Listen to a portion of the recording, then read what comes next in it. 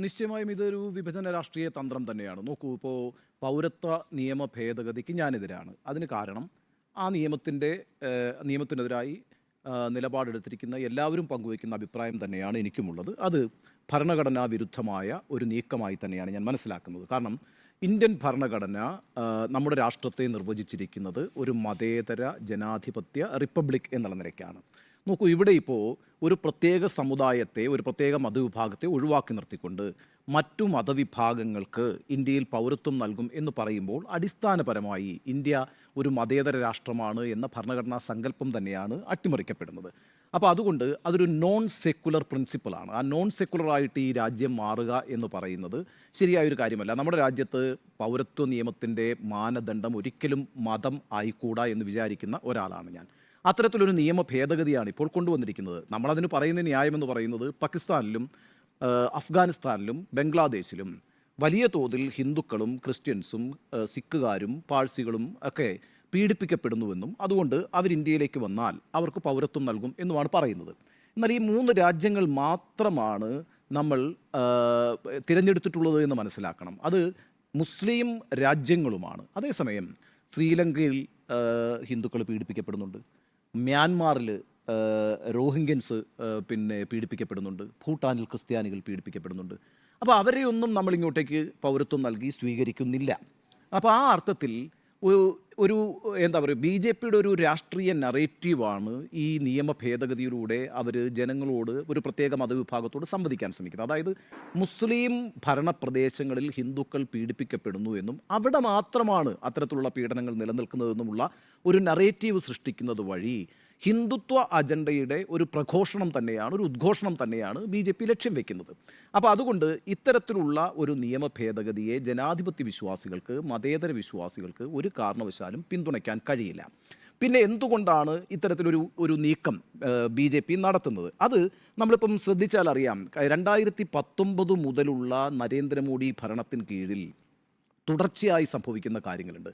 ഇപ്പോൾ ട്രിപ്പിൾ തലാഖിനെതിരായിട്ട് നിയമം കൊണ്ടുവന്നു, അല്ലേ? അയോധ്യ രാമക്ഷേത്രം അതിനനുകൂലമായൊരു വിധി നേടിയെടുത്തു. അയോധ്യയിൽ രാമക്ഷേത്രം ഉദ്ഘാടനം ചെയ്തു. അതിൻ്റെ മുഖ്യ പൂജാരിയായിട്ട് പ്രധാനമന്ത്രി തന്നെ നിന്നു. ഈ പറയുന്ന പാർലമെൻറ്റിൽ ചെങ്കോല് സ്ഥാപിച്ചു. യൂണിഫോം സിവിൽ കോഡ് നടപ്പാക്കാനുള്ള ശ്രമങ്ങൾ ആരംഭിച്ചിരിക്കുന്നു. ഏറ്റവും ഒടുവിൽ ഈ പറയുന്ന പൗരത്വ നിയമ ഭേദഗതി നടപ്പാക്കുമെന്ന് തെരഞ്ഞെടുപ്പിന് തൊട്ടു മുമ്പ് പ്രഖ്യാപിക്കുന്നു. ഇതെല്ലാം തന്നെ ഈ രാജ്യം അഥവാ ബി ജെ പി ഒരു ഹിന്ദു സ്റ്റേറ്റായി മാറ്റാനുള്ള ശ്രമങ്ങൾ ആരംഭിച്ചിരിക്കുന്നു, അല്ലെങ്കിൽ അഥവാ നടപ്പാക്കിക്കൊണ്ടിരിക്കുന്നു. ആർട്ടിക്കിൾ 370 ഞാൻ വിട്ടുപോയൊരു കാര്യമാണ്. അപ്പോൾ ഇതെല്ലാം നടപ്പാക്കുന്നത് ഒരു ഹിന്ദു സ്റ്റേറ്റായി ഇന്ത്യയുടെ ഭരണാധികാരം അല്ലെങ്കിൽ ഭരണകൂടം പരിണമിച്ചുകൊണ്ടിരിക്കുന്നു എന്നതിൻ്റെ സൂചന തന്നെയാണ്. ഇപ്പോൾ ഈ പൗരത്വ നിയമ ഭേദഗതി ഈ ഘട്ടത്തിൽ കൊണ്ടുവരുന്നത് എന്തിനാണ്? അതിന് ഞാൻ 2-3 കാര്യങ്ങൾ കാണുന്നുണ്ട്. അതുകൂടി പറഞ്ഞുകൊണ്ട് ഈ ഇനിഷ്യൽ കമൻ്റ് അവസാനിപ്പിക്കാം. ഒന്ന്, ഞാൻ വിചാരിക്കുന്നത് ഇപ്പോൾ പൗരത്വ ഭേദഗതി ഇപ്പം വിജ്ഞാപനം കൊണ്ടുവന്നെങ്കിൽ പോലും അത് സുപ്രീം കോടതിയിൽ ചോദ്യം ചെയ്യപ്പെടുമല്ലോ. സ്വാഭാവികമായിട്ടും അതിനൊരുപാട് നടപടിക്രമങ്ങളുണ്ട്. അപ്പോൾ ആ നടപടിക്രമങ്ങളെല്ലാം പൂർത്തിയാക്കിയേ ഇത്തരത്തിലൊരു നിയമം നടപ്പാക്കാൻ കഴിയുള്ളൂ. ഇപ്പോൾ വിജ്ഞാപനമാണ് വന്നിരിക്കുന്നത്. ഇനി അതിനൊട്ടേറെ കടമ്പകൾ കടക്കാനുണ്ട്. സ്വാഭാവികമായും ഉടനെ ഒന്നും സംഭവിക്കാൻ പോകുന്നൊരു കാര്യമല്ല അത്. പക്ഷേ അത് ഈ സമയത്ത് ഇറക്കുന്നത് പ്രതിപക്ഷത്തെ അപകടത്തിൽപ്പെടുത്താൻ തന്നെയാണ്. ഇപ്പോൾ ചാടിക്കേറി പ്രതിപക്ഷം സ്വാഭാവികമായും ഇതിനെതിരായിട്ടുള്ള പ്രക്ഷോഭങ്ങളിലേക്ക് പോകും, അല്ലെങ്കിൽ നിലപാട് സ്വീകരിക്കും. അങ്ങനെ വരുമ്പോൾ എന്താണ്? നോക്കൂ, ആരെയാണ് സംരക്ഷിക്കാൻ ഈ ഭരണകൂടം, ബി ജെ പി ഭരണകൂടം ശ്രമിക്കുന്നത്? പാകിസ്ഥാനിലും ബംഗ്ലാദേശിലും അതുപോലെ തന്നെ അഫ്ഗാനിസ്ഥാനിലും മുസ്ലിം ഭരണകൂടങ്ങളാൽ പീഡിപ്പിക്കപ്പെടുന്ന ഹിന്ദുക്കളെ സംരക്ഷിക്കാൻ ബി ജെ പി സർക്കാർ നടത്തുന്ന ശ്രമങ്ങൾക്ക് എതിരായി പ്രക്ഷോഭം നടത്തുന്നവർ ആൻറ്റി ഹിന്ദു ആണ് സ്വാഭാവികമായിട്ടും. അപ്പോൾ അങ്ങനെ ആൻറ്റി ഹിന്ദു ആയി കഴിഞ്ഞ് കഴിഞ്ഞാൽ അവർ ഈ മുസ്ലിം ന്യൂനപക്ഷത്തിന് വേണ്ടിയിട്ട്, അത്തരത്തിലുള്ള പ്രീണനത്തിന് വേണ്ടിയിട്ട് നിലനിൽക്കുന്ന ആളുകളാണ് എന്ന് മുദ്രയടിക്കാൻ വളരെ എളുപ്പമാണ്. അങ്ങനെ പ്രതിപക്ഷത്തെ പെടുത്തിക്കളയാനുള്ള ഒരു തന്ത്രമായി ഞാനിതിനെ കാണുന്നു.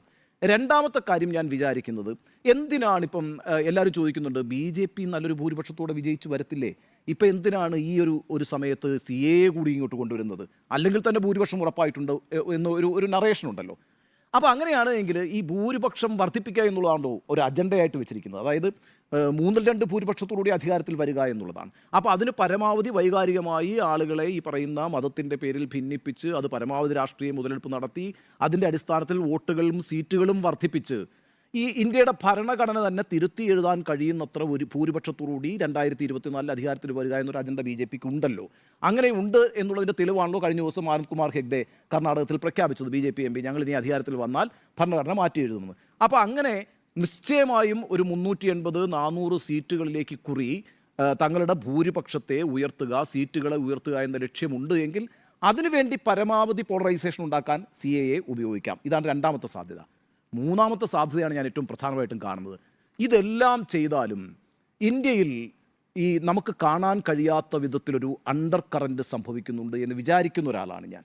കാരണം BJPക്കും അത്തരത്തിലൊരു ആശങ്കയുണ്ട്. അത്ര അനായാസമായി ജയിച്ച് കയറാവുന്ന ഒരു തിരഞ്ഞെടുപ്പല്ല 2024 നടക്കാൻ പോകുന്നത് എന്ന ഉത്തമ ബോധ്യം BJP നേതൃത്വത്തിനുണ്ട് എന്ന് ഞാൻ വിചാരിക്കുന്നു. കാരണം അതുകൊണ്ടാണ് ഇത്തരത്തിൽ വളരെ വൈകാരികമായ വിഷയങ്ങൾ അടിക്കടി ഉയർത്തിക്കൊണ്ട് പരമാവധി സീറ്റുകൾ നേടാനുള്ള ശ്രമം അവർ നടത്തുന്നത്. ഒരു എന്താ പറയുക, ഒരു അങ്കലാപ്പ് BJPക്ക് ഉണ്ട് എന്ന് തന്നെ ഞാൻ ഉറച്ചു വിശ്വസിക്കുന്നു. കാരണം നമ്മൾ ഈ പറയുന്നത് 400 സീറ്റ്, 350 സീറ്റ് എന്നൊക്കെ പറഞ്ഞാൽ ഈ സീറ്റൊക്കെ വരണ്ടേ? ഇവിടെ BJP മാത്രമല്ലല്ലോ തെരഞ്ഞെടുപ്പിൽ മത്സരിക്കുന്നത്. ഒരുപാട് പ്രാദേശിക പാർട്ടികൾ, പ്രാദേശിക സ്വാധീനമുള്ള പാർട്ടികൾ ഇന്ത്യയിലെമ്പാടുമുള്ള സംസ്ഥാനങ്ങളിൽ മത്സരിക്കുന്നുണ്ട്. അവർക്കിടയിൽ ഒരു യൂണിറ്റിയും ഫോം ചെയ്തു വരുന്നുണ്ട്. ഇപ്പം നിങ്ങൾ നോക്കൂ, വളരെ പെട്ടെന്നല്ലേ TDP ആയിട്ട് സഖ്യമുണ്ടാക്കിയത് ആന്ധ്രാപ്രദേശിൽ. അതേപോലെ ഇപ്പോൾ ബിജു ജനതാദളുമായിട്ട് സഖ്യം ഉണ്ടാക്കിയില്ലേ? അപ്പോൾ ഇങ്ങനെ ഓരോ സ്ഥലത്തും എന്തിനാണ് ഈ 400 സീറ്റ് കിട്ടാൻ പോകുന്ന പാർട്ടി ഇത്തരത്തിൽ അങ്കലാപ്പോടുകൂടി ഈ സഖ്യങ്ങളൊക്കെ ഉണ്ടാക്കുന്നത്?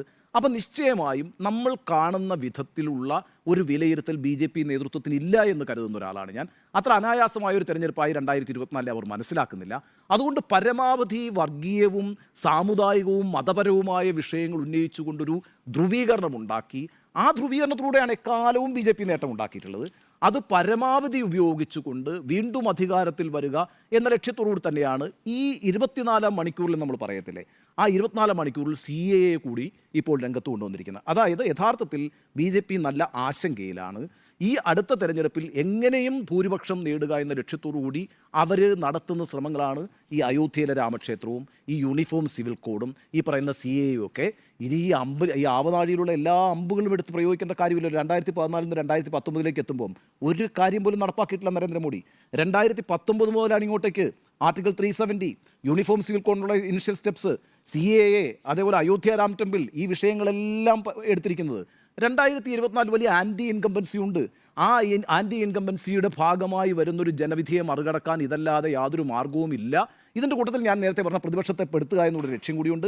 അങ്ങനെ പെടുത്തി ഈ വെടക്കാക്കി തനിക്കാക്കുക എന്നുള്ള രീതിയിൽ അവരെ കൂടി അബദ്ധത്തിൽ ചാടിച്ച് ഈ സനാതനധർമ്മമൊക്കെ അങ്ങനെയാണ് പ്രയോഗിക്കപ്പെട്ടത്. ഞാൻ അന്നും പറയുന്നുണ്ട്, ഈ സനാതനധർമ്മം വളരെ ബുദ്ധിപൂർവ്വം എടുത്ത് പ്രയോഗിച്ചൊരു തന്ത്രമായിരുന്നു. അപ്പോൾ ആ രീതിയിലൊക്കെ പ്രതിപക്ഷത്തെ പെടുത്തിക്കൊണ്ട് പരമാവധി വർഗീയ ധ്രുവീകരണം ഉണ്ടാക്കി സീറ്റുകൾ നേടുക എന്നുള്ളതാണ്.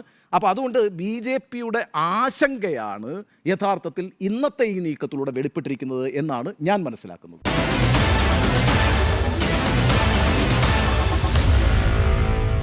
Meet the editors.